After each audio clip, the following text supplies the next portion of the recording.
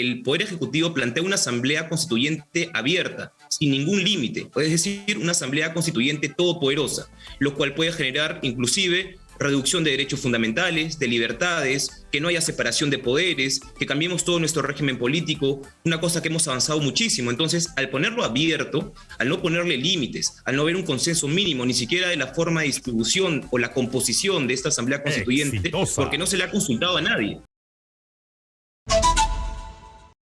Ahora le damos rápidamente la bienvenida a Diego Pomareda. Él es abogado y profesor constitucionalista. Ayer ha hecho noticia, ¿por qué? Porque estamos hablando ahora de otro tema, de otra autoridad. Pasamos de temas municipales al Ejecutivo y su Asamblea Constituyente.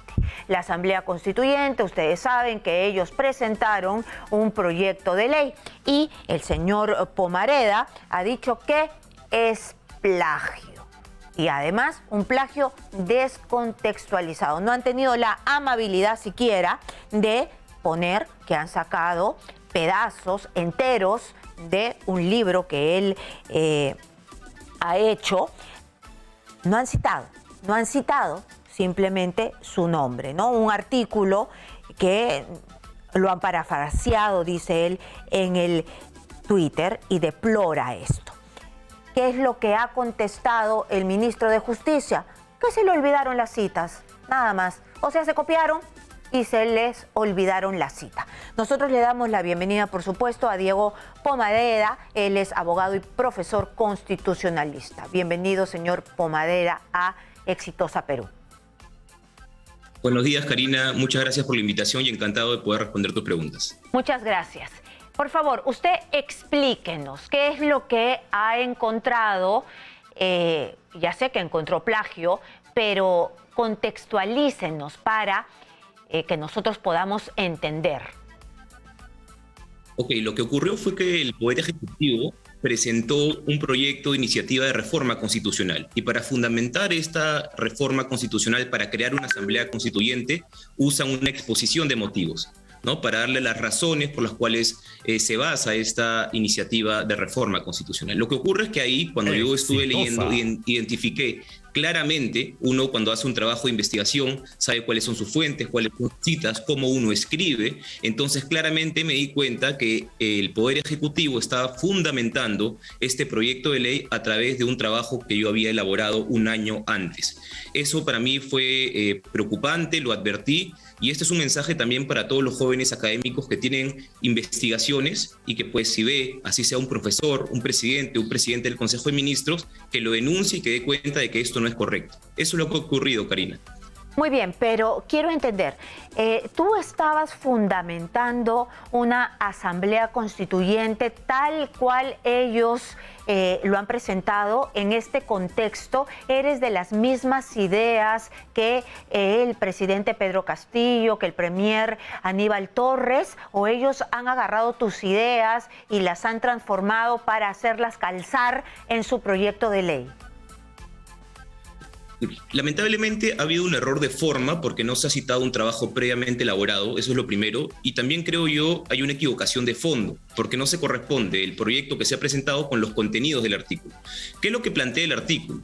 Que ok, puede haber el escenario en el que la población pueda organizarse para tener una asamblea constituyente, de acuerdo, pero yo establezco ciertos criterios y requisitos que actualmente no encontramos. Por ejemplo, que hay un proceso de destitución o de tropiezo del ordenamiento jurídico actual, o sea, una crisis descentralizada, generalizada, y que identifiquemos que esos problemas provienen de la Constitución. Además, eso tiene que traducirse, lo pongo en el artículo, en un momento constituyente, es decir, un punto de ebullición, un punto en el que ya no dé más las instituciones, ¿no? Por ejemplo, en Chile, los partidos políticos tenían un porcentaje de aprobación del 2%, el gobierno del 3%. Entonces, eso muestra una delegitimidad de las autoridades, pero también una falta de confianza del ordenamiento jurídico en ese momento. Eso es lo que no encontramos al día de hoy, y menos un respaldo popular vemos que las encuestas del día de hoy dicen que el 8% respaldaría o ve como un problema principal el hecho de tener una asamblea constituyente. Entonces, hay que corresponder, estimada Karina, el momento que vivimos, los problemas que identificamos con la solución que vamos a dar. Pero si decimos asamblea constituyente de forma impuesta, de forma artificial, sin una participación espontánea del pueblo, es lo preocupante y es lo que yo advierto en el artículo. Muy bien, eso era lo que yo quería entender, porque una cosa es copiarse, que ya está mal, y otra cosa es copiarse y descontextualizar. Es decir, han agarrado un artículo académico bien sustentado, como tú me dices, que tiene que tener, que la Asamblea Constituyente no es mala, sino que tiene que tener algunas condiciones. Y tú dices en tu artículo académico, estas son las condiciones que no se están dando, según tu investigación, en este momento, pero ellos lo pegan, lo descontextualizan y dicen que sí sirve para este momento que vive nuestro país, que ya es un momento conflictivo, pero no como el que tú describes.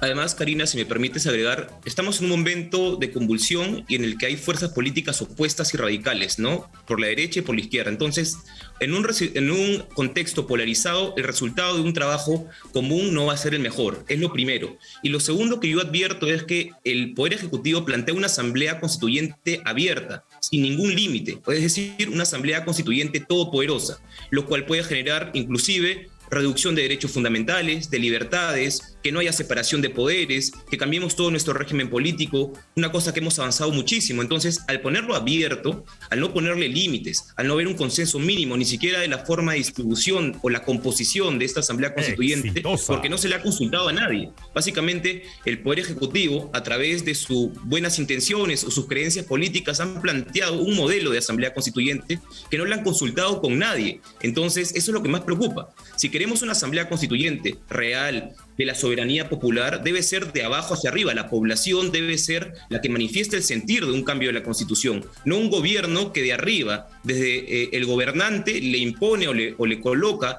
un cierto, estándar de Asamblea Constituyente a la ciudadanía. No es el camino, creo yo, y es un poco la preocupación que transmito también en el artículo. Y además que es totalmente enfrentado con lo que dice este gobierno, porque se supone que siempre nos han hablado que el poder emana del pueblo. Entonces están haciendo totalmente lo contrario. Viene desde el Poder Ejecutivo y no viene desde el pueblo. Ellos están armando una asamblea constituyente y la están imponiendo. Entonces, para más o menos que la gente te conozca, tú eres un abogado joven, Diego Pomareda, eres un abogado de la Universidad Católica, profesor de la Católica también. Sí, yo soy profesor de la Universidad Católica, enseño el curso de Derecho Constitucional 1 y también, he publicado ya varios artículos acá en el país, fuera, y también tres libros. He trabajado ya en este corto periodo académico que vengo desarrollando. Y también, hizo maestría en Derecho Constitucional, que justo estaba vinculada a una de mis quejas, ¿no? Para hacer un trabajo académico de esta naturaleza, estimada Karina, yo le pedí a un amigo que me traiga un libro de Chile, ¿no? Para trabajar este concepto de momento constituyente. Estaba estudiando también en la maestría en Derecho Constitucional de la Católica y posteriormente pude identificar un foro en la Universidad de Chile para hacer este aporte académico de una hoja, ¿no? Que fue lo que se copia. Pero nada de eso ha sido respetado por el Poder Ejecutivo y es lo que me preocupa, ¿no? O sea, uno tiene una trayectoria académica, por más joven que sea, y tiene que defenderla. Creo que ese es el mensaje que yo quiero transmitir a los también académicos jóvenes. No sea quien sea la autoridad inmediata, o sea, el presidente, pues hay que advertir que esto no es una práctica correcta. Y justo hablándote un poco de la vida académica, en mi tercer libro, que lo he publicado hace una semana, está vinculado a los deberes fundamentales. Y hay que ser coherente con ese planteamiento que estoy haciendo, que los ciudadanos, dentro del marco de nuestros deberes, tenemos la obligación de denunciar al gobierno si está cometiendo actos irregulares para que pueda mejorar y que los mismos funcionarios públicos se den cuenta de que no pueden seguir en esta práctica reiterada de improvisación. Muy bien, entonces son copiones desde el gobierno, después la respuesta del ministro es de verdad poco seria, pero me interesa saber desde un profesional que se cultiva, tiene maestrías, es profesor en Derecho Constitucional, ha escrito libros, me interesa tu lectura de la coyuntura. ¿Cómo ves a nuestro país? ¿Cómo ves este proyecto de Asamblea Constituyente? ¿Cómo ves el Congreso? ¿Cómo ves nuestro país políticamente? Yo veo que este proyecto de ley de la Asamblea Constituyente es una manifestación o un ejemplo de lo que está ocurriendo en nuestro país, ¿no? Es básicamente pagar ofertas electorales como consecuencia de una campaña que ha sido reciente, muy polarizada, y eso también se ve no solamente en las iniciativas del Poder Ejecutivo, sino también en el Congreso. Lo que estamos viendo, lamentablemente, en el Congreso es no prevalecer el bien común o principios republicanos, sino lo que se está viendo es básicamente cómo uno se acomoda para quedar de la mejor forma o cómo puede tener capital político hacia las elecciones que vienen, ¿no? Y eso es realmente preocupante, ¿no? Pienso que lo que se está dejando de lado en este momento es pensar en el país. Se están pensando más en intereses particulares. Exitosa. Y esto lo vemos y lo vinculamos también con lo que acaba de ocurrir con el alcalde o exalcalde de Lima, ¿no? Vemos que nuestro país está básicamente ya establecido como una práctica de hacer políticas públicas, está relacionado con los conflictos de intereses. Vemos conflictos de intereses en educación, en transporte, en este caso en una empresa pública. Entonces, lamentablemente tenemos que trabajar en eso, en que los funcionarios públicos, por ejemplo, y el servicio público en general, debe ser personas capacitadas, sin conflicto de intereses y que buscan el bienestar de la ciudadanía. Yo encuentro ahí una grave crisis en nuestro país del interés, digamos, superior de la ciudadanía antes que los intereses privados. Ahí creo que está el problema y los partidos políticos tienen un trabajo serio que hacer ahí para que sus representantes no sean básicamente, pues, sean consecuencia de intereses particulares sino públicos. Eso es lo que me preocupa. ¿Qué hacer con un país que se está resquebrajando? Congreso, Ejecutivo, ¿cómo salimos de la crisis? Yo pienso que tiene que haber un gran consenso político, tiene que haber un acuerdo nacional, tiene que haber una reforma política y darnos cuenta de que la ciudadanía está diciendo Poder Ejecutivo, Poder Legislativo no están a la altura de los problemas del país. ¿Qué quiere decir esto? Podemos encontrar una salida en una reforma política. Por ejemplo, limitar este tema de las vacancias y limitar también el tema de la disolución del Congreso. Que el presidente de la República responda frente a las acusaciones y no se proteja en un artículo constitucional que no permite que sea acusado, por ejemplo. También que las elecciones, junto con el Poder Ejecutivo, no sean con el Congreso, que el Congreso sea de manera autónoma o en una segunda vuelta, que el Congreso sea elegido de forma, digamos, no arrastrada al Poder Ejecutivo para que eso pueda permitir que haya una auténtica representación. Y además hay cambios constitucionales claves. Por ejemplo, se habla de los monopolios. Pero bueno, si se quiere realmente combatir los monopolios y oligopolios, se debe de constitucionalizar el INDECOPI, que sea un órgano constitucionalmente autónomo y no dependa del gobierno. Es ahí lo que se debe fortalecer, por ejemplo, ¿no? O constitucionalizar y darle un rango constitucional a servir para que haya un verdadero servicio público de calidad. Ahora, si depende de la presidencia del Consejo de Ministros, vemos que es un gran problema. Muy bien, ha quedado claro y es lógico que esto da para mucho más. Muchísimas gracias a Diego Pomareda, constitucionalista, por estar aquí dándonos su mirada de lo que sucede.